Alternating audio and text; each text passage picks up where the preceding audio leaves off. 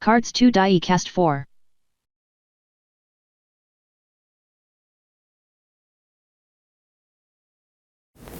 Hello ladies and gentlemen, welcome to the Cards 2 Die Cast 4 channel. I want to thank you all for watching. Here with a part due, if you will, for the 1992 Traks Autograph line here. As one of my earliest videos that I made for this channel featured these autographs here, but they were all in ungraded form, and on top of that I did not feature the actual cover card itself. So I have decided to go ahead and now give you an update video, if you will, featuring all of the autographs from the 1992 Traks Autograph line, which is a pioneer set for NASCAR trading cards, and that it was the first release that actually could feature autograph cards inside the boxes themselves for everybody from the young and relatively unknown Jeff Gordon all the way to the legends of Dale Earnhardt and Richard Petty. So with that said though, quick video, just want to go through these cards quick, and let's start off now with the card that I did not feature in the original video, and that is this card right here, and it is the actual cover card for the 1992 Traks Autograph line. It's a simplistic deal, features the Traks Autograph series logo on the front, and that's it. When we flip it around on the back, it is blank, just has that faded yellow or faded white stock on the back, and that's pretty much all that it is. However, it did score the Gem Mint 10 grade, which I'm happy for. Unfortunately, it is the best grade that you'll find here. These cards can grade good, but I just seem to have very bad luck, and you'll see it with some of these grades here. So let's work from the back and down to the front. We're going to start off with A9, and this here is going to be for Benny Parsons, the late Benny Parsons. Nice full autograph right here. Unfortunately, it did not get a Gem Mint 10 even for that nice clean autograph. I'm not sure why. Maybe there's some streaking right here, and that's why they didn't give it to me. But Benny Parsons, who was a spokesman essentially for Traks Autographs, and it got the near mint 8 for the card itself, and the autograph got the 9. Every card here is both graded for the card and the autograph themselves, so that's why you see 2 grades. Bobby Labonte is with A8. He was a championship contender in the Busch Series. In fact, I think in '92 he lost the championship by a mere 3 points, which means a lot more back then than it does now. That pretty much means that he only had one position that he needed in order. In fact, I think he won the season finale at Hickory, which just shows you back then how different the sport was and how Hickory used to be the season finale. But he won that race, I believe, but still lost the championship by 3 points. Did get a Mint 9 grade and a Gem Mint 10 for the autograph itself. So this is actually, I believe, the best graded card that you'll see here for Bobby Labonte. We flip it around, and there you go. And now we have Jeff Gordon, and it got so-so grades. Unfortunately, this is a very big hit here. Of course, this is Jeff Gordon's first trading card autograph, as it is for any other driver in here. And it got a near mint 8 for the card itself and a 9 for the autograph, which I'm still trying to figure out why it got a 9.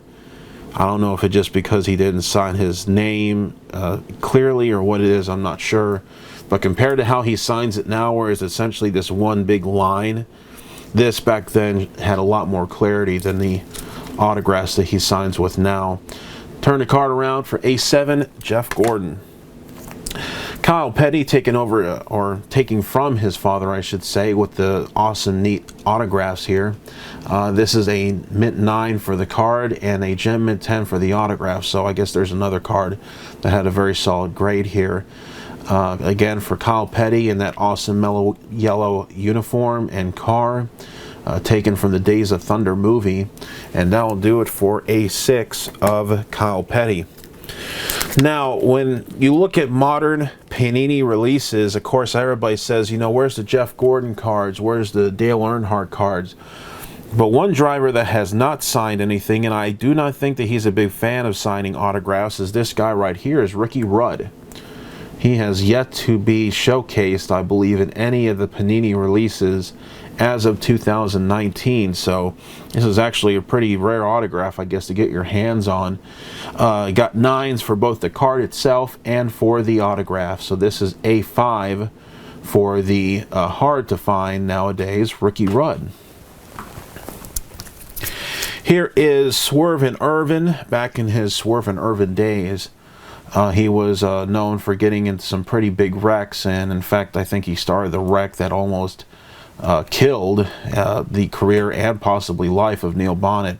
Of course, he would eventually die in the preseason testing, or speed weeks rather, of 1994 for the Daytona 500. But anyway, Ernie Irvan right there, who would eventually establish himself.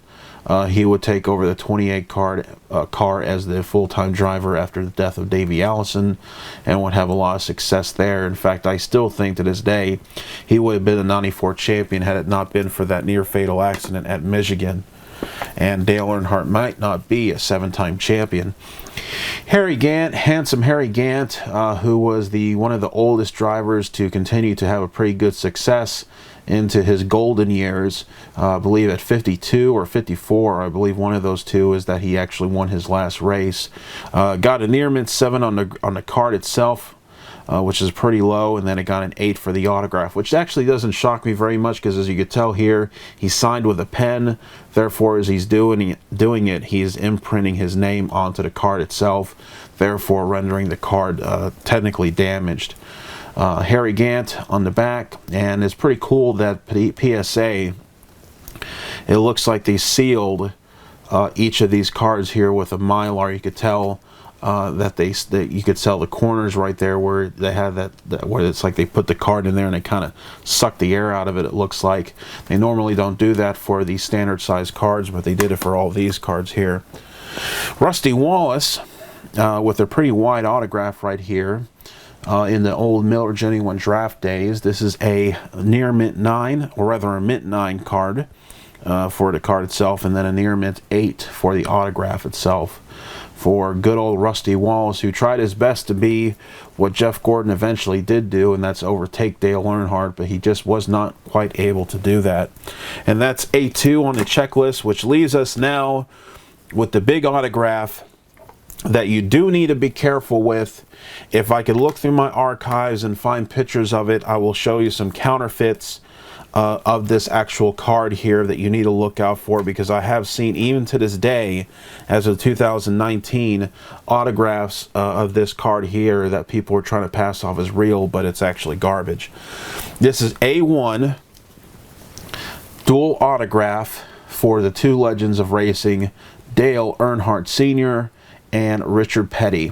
I have 2 of these cards to showcase, and unfortunately for me, both of them scored the same grade, a near mint 8 on the card itself and a gem mint 10. If you're somebody who owns the card raw and you want to get it graded, and you're willing to pay the price and you're willing to wait the time in order to get it graded, at least from PSA, you can send it over to Beckett, and they may have a little bit more of a solid timetable for you.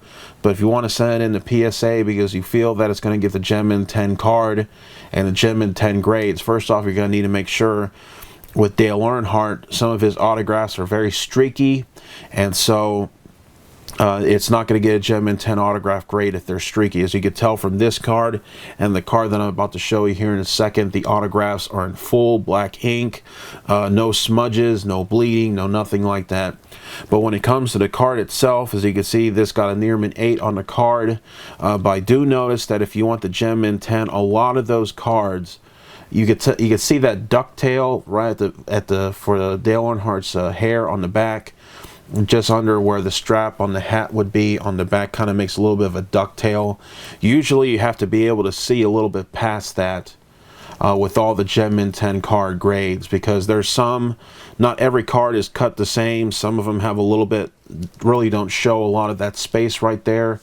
It's almost like the card cuts off right there, if you know what I mean. But the ones that have the gem mint 10 grade on the card kind of have a ducktail. If you actually look for it, and maybe I could put one up for you, it showcases more of a ducktail form. So if you have one of those cards that's like that with a full ink autograph and the card is clean all around, which is hard to decipher because you never know what PSA is going to say, you could possibly have yourself a double 10 card there. Flip the card around, and this is what the card looks like on the back. Earnhardt and Petty for the double Autograph, one of the best hits you could get in NASCAR. And then again, here's another copy of the card with the near mint 8 grade and the gem mint 10 autograph. This one here is a little unique in that Richard Petty signed his name straight across. He didn't have his first name, and then below it the last name. It's all in one line for this card here. And again, with the Dale Earnhardt autograph, it's not necessarily messy, but it's in full black ink, and there's no bleeding of the card whatsoever of the autograph, because with these older pens or markers that he used to do back in the day, sometimes it would bleed like this bronze color. If you all remember those days, if you're old enough to remember that, the markers were not, I believe, as bleed-free as they may be nowadays. But again, near mint 8 grade for the card, gem mint 10 autographs to go along with it. And that will conclude this video, ladies and gentlemen. I hope you enjoyed this refresher video for the 1992 Traks Autograph line. The complete set, got the cover card in this time, and the entire set is now graded. Cards Diecast 4 channel. These pictures will be available on my Flickr if you want to check them out individually. And with that said, please subscribe, and I will see you all later.